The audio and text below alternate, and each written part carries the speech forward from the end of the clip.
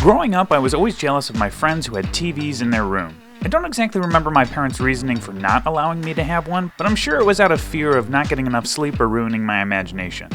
For my friends that had TVs in their room, it meant their rooms weren't just a space for people to sleep or change their wardrobes, their rooms were a destination, somewhere you wanted to go. It also meant one large and crucial difference. It changed the game on being grounded. To be confined to a room meant nothing when that room had TV. All my room had were old participation trophies and books my grandmother picked up from Germany that I was way too young to appreciate. Perhaps as a result of this, or maybe due to my crippling anxiety around breaking any rule at all, I did not get grounded much. But it had another interesting consequence. It meant that when my friends complained about being grounded and confined to their rooms, I didn't feel all that bad for them. What kind of punishment was it if Dragon Ball Z was still in the mix? From my point of view, their punishment lacked any clear consequence. No matter how much they told me they felt bad, from an outsider's perspective, there was no difference between being grounded and not. They just seemed invincible.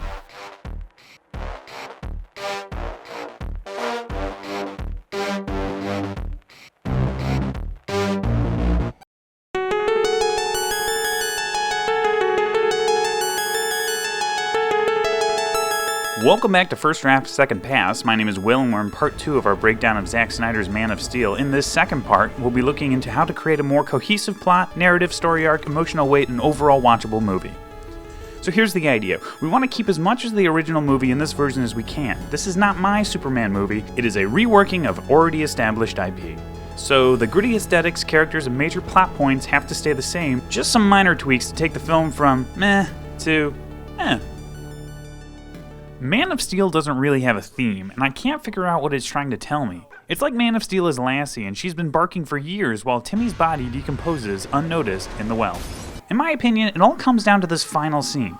I identified this moral dilemma for Superman as a rough approximation of the trolley problem. Here's the premise again. There is a set of tracks in the trolley. Up ahead, tied to the tracks, is a small group of people. There is a lever that will send us down a different set of tracks, avoiding the group, but on that track is one person.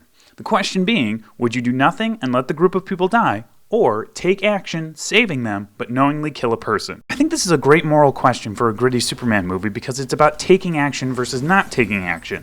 It also calls into question the nature of murder. Would it be murder to pull the lever if it means saving lives? Is it murder if you don't do anything?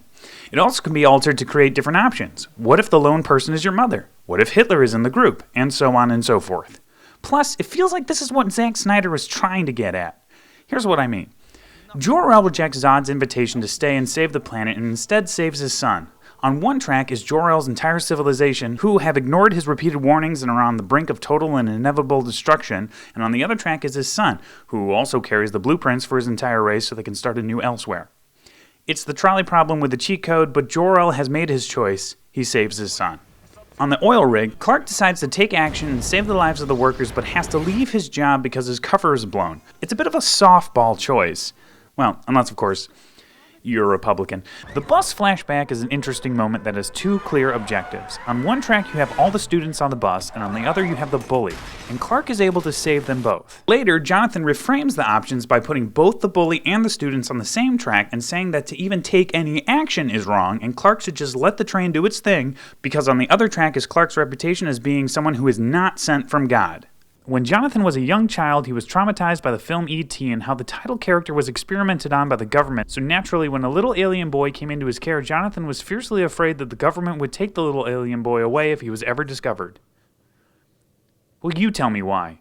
Moving on to the tornado and the conclusion to the confusing morality that is Jonathan Kent. It presents Clark with two options, saving Jonathan or not saving Jonathan. If Superman doesn't save Jonathan, Jonathan will die. If Superman does save Jonathan, Jonathan will survive, but someone might see that Clark has powers. It kind of plays out like this. There is a track with Jonathan on it. Superman is in the trolley, and inside the cabin is a functional brake. However, it is illegal for someone who is not the conductor to pull the lever.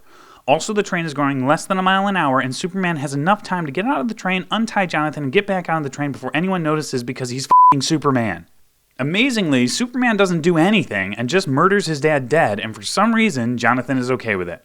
Side note, The National Weather Service states, highway overpasses offer, at best, questionable shelter not only from tornadoes but severe storms in general. Overpasses are not acceptable storm shelter areas for a variety of reasons.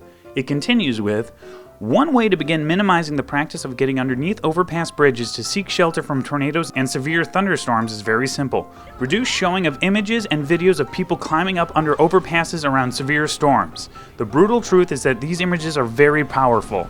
The simple act of showing these images contributes significantly to reinforcing the concept that this is the proper thing to do. Side note, this article was published in 1999. Go for the overpass. Go for the overpass! This brings us back to Superman's final choice. Superman doesn't want to kill people. Unfortunately, the movie doesn't do the work setting this up effectively. There is no tangible proof that Superman is affected by the loss of life. We aim to change that. There are a few moments that we'll tweak to give the final choice a bigger impact and to tie into the themes we'll be laying out. We'll also rearrange a few beats because this movie is paced like an old wooden roller coaster that's only still in operation because of nostalgia, but the only people nostalgic for it are too old to ride it anymore, so it sits in a spot of prime real estate for years, tricking youngsters into thinking that old equals good while the rest of the world moves on around them. What was I talking about? The prologue right now is a bit too long, and I'm not sure what it adds that can't be brought back in as a flashback later. To start the film off, our cold open will be a short flashback to Zod being released as Krypton is destroyed. After, we'll see Clark as a young boy developing his powers, and we go on to the bus scene and the first instance of the trolley problem. In our version, after the bus crashes, Clark has the opportunity to save either the bus full of kids or the bully, and he chooses the bus full of kids. But he is also able to go back and save the bully. This will be Clark's one freebie.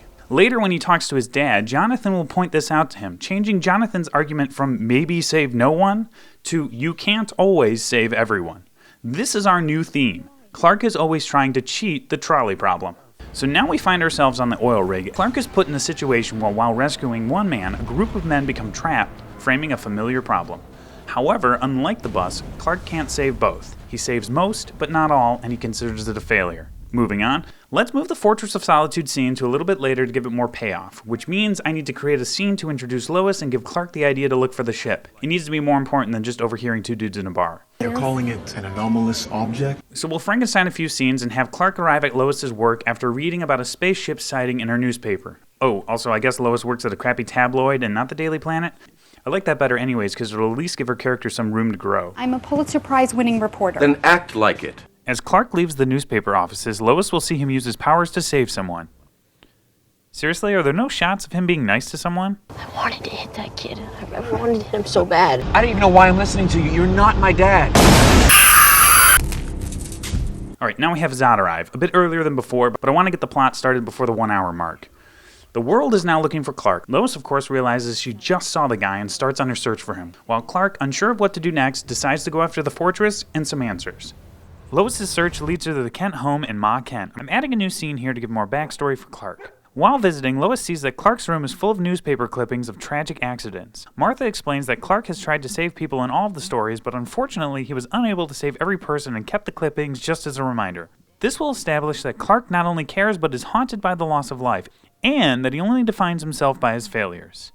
We'll now learn of his biggest, Jonathan Kent. During the tornado, Jonathan is knocked off the overpass. Clark is able to grab him, but at the same time a family in a car, are about to careen off the overpass. In a split-second decision, Jonathan lets go of Clark's hand, allowing him to save the family, but resulting in Jonathan's death. Emotions ensue.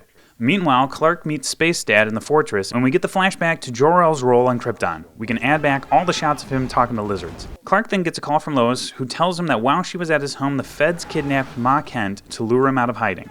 I think it makes sense that in the age of facial recognition software, near constant breaches of privacy, and given its resources, the government would be able to find a man who shoots lasers out of his head. It's not like Superman is known for covering his face. Space Dad tells Clark not to go, that he can't risk losing the Codex to Zod, but Clark ignores him. Clark then puts on a suit, not this one, but this one, and goes to rescue Ma Kent. A less than competent Superman arrives at the government facility, which allows Zod to get the drop on him. Zod takes him on a ship, but not before Lois, ever the reporter, sneaks on board. We'll see things from Zod's point of view, etc., before Lois and Clark break out. Now we have the big Smallville fight. The main changes being that with every action Superman takes, there are very real consequences. Everything from having to choose between destroying an IHOP and a train yard, only to discover that the train yard is full of workers, to townsfolk cursing him out because he dropped their house on their car. The main takeaway is that Superman can't catch a break, not because he's not strong enough, but because he can't focus. Once Zod has gotten away, Superman, depressed about destroying his hometown, visits his mom, who is back from a brief stay with the government. There's a lot of talk in Man of Steel about which one of Clark's 3 dads' advice he should follow, but if you ask me, the person who gives Clark the best advice is Martha Kent. The world's too big, Mom. Then make it small. Focus on my voice. Ma Kent tells Clark that it's good to mourn the people you lost, but when it's all over, you should not forget the people who are left. She then hands him her collection of newspaper clippings, but unlike the clippings in Clark's room, these are of all the people he's saved. Newly recharged, Superman hatches a plan with the government, but not before stopping by his space dad to get properly dressed. Now we have our third act. Things can pretty much play out the same way as before. The army tries to stop the terraform with the bassinet, Superman fights the latest CGI effects, the plans of the bad guys are foiled, and Superman has a showdown with Zod. During the battle, Superman will prioritize and succeed in saving as many lives as possible, this time making quick and decisive choices that result in the least amount of damage possible. He's not able to save every person or bit of property, but he is able to save many more. Now we are at the final choice, kill Zod or let Zod live. An issue I pointed out in the last video is that this choice is sort of the best case scenario for the trolley problem. On one track is an innocent family, and on the other is Hitler aiming a bazooka at a box of kittens. So let's give it some weight. It is now revealed that while Clark was on Zod's ship, Zod transferred the codex from Clark to Zod. Now if Clark kills Zod, he kills any hope of Krypton returning. He makes his choice.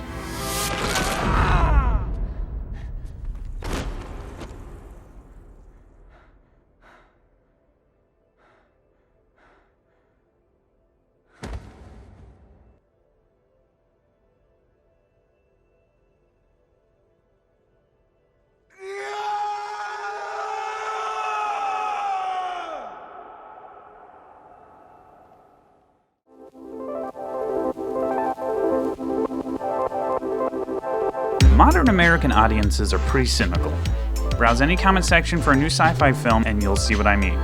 Superman is a comic book character created in the 1940s, and that's a real problem for him, considering that many of his powers and plot devices were made up to get him out of a jam quickly or because the voice actor wanted a week off.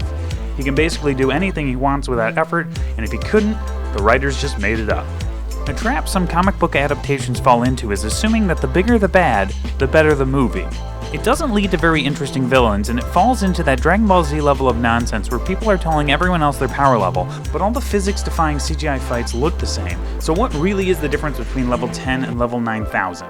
I think there is so much more to explore with the character of Superman that is just being left on the table. I said before that I'm not much of a fan of Superman, but I am open to somebody trying to change my mind.